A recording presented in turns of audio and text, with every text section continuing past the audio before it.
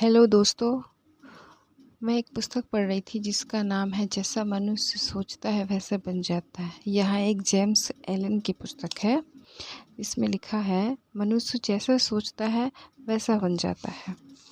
विचार और चरित्र। एक कहावत है, जैसा मनुष्य अपने मन में सोचता है वैसा ही बन जाता है। यहाँ विचार इतना व्यापक है कि मनुष्य ही नहीं बल्कि मनुष्य जीवन की हर स्थिति और प्रत्येक परिस्थिति को अपने भीतर समेटा हुआ है। यह सत्य है कि मनुष्य पूर्णतः वही है जो वहाँ सोचता है और उसका चरित्र उसके विचारों का ही कुल जमा योग है। जिस तरह धरती की गहरी परतों के नीचे छिपा कोई बीज बिना अंकुरन के बाहर नहीं आ सकता, इसी तरह व्यक्ति का प्रत्येक कर्म उसके विचारों का परिणाम है, जो कि ठीक बीच में अदृश्य प्रभाव की तरह है। विचार अदृश्य हो अथवा स्पष्ट तौर पर दिखने वाले इन विचारों के बिना किसी भी कार्य की कल्पना नहीं की जा सकती।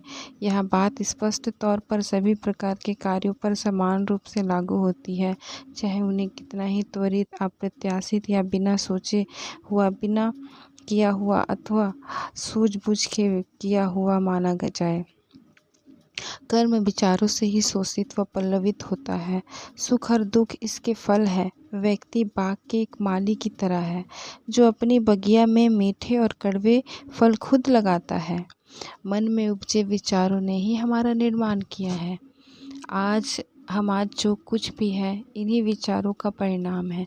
अगर व्यक्ति के मन में गलत विचार पल्लवित है तो दुख उसके पीछे पीछे वैसे ही चलेगा जैसे किसी बैलगाड़ी के जूते हुए बैल के पीछे पहिए। अब बोलते मनुष्य ही स्वयं को मिटाता है और बनाता है। निश्चित जानिए, यदि किसी मनुष्य के विचार पवित्र है और उसमें सहन शक्ति है तो यकीनन सुख उसके पीछे पीछे ठीक वैसे ही चलते हुए आएगा जैसे कि उसकी परछाई। मनुष्य जीवन नैसर्गिक नियमों के अनुसार विकास करता है, ना कि किसी वास्तुकला की तरह। विचारों के भीतर ही कारण एवं परिणाम छुपे हुए हैं। यहाँ विचारों के संसार में ही उतने ही स्थिर, सटीक और अपरिवर्तित है जितने कि इस प्रत्यक्ष भौतिक संसार में। एक महान व्यक्तित्व और देवतुल्य चरित्र का निर्माण संयोग से अथवा भाग्य से नहीं होता, बल्कि यहाँ लंबे समय तक सही दिशा में निरंतर उत्तम विचारों को दिए गए पोषण का परिणाम है।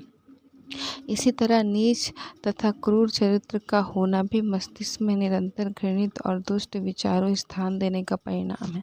मनुष्य ही स्वयं को बनाता है, मिटाता है। विचारों के कारखानों में वह ऐसे हथियार बना सकता है जो उसे नष्ट कर दे, या ऐसे औजार बना सकता है जिससे वह अपने रहने के लिए स्वर्ग जैसे आनंददायक और शांतिपूर्ण महल निर्मित कर